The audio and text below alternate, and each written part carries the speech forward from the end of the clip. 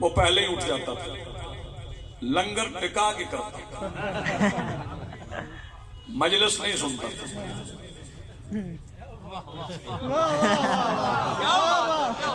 अब सुन गया मैं कह गया। हाँ, आता था, लंगर खा लेता, मजलिस नहीं सुनता। बस तब से जितने अबू लहब है उनकी आदत है, लंगर कर लेते हैं, मजलिस नहीं सुनते। आप सलाम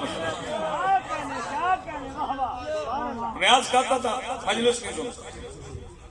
एक दिन सरकार दो आलम ने अपने चचा अबू तालिब से कहा, अच्छा कभी मैंने उलमा से पूछा, दोनों तरफ के, मैं तो लाभ में भी शायद शामिल नहीं हूं, मैंने उलमा से पूछा कि सरकार ने अभी कुछ कहा तो था नहीं,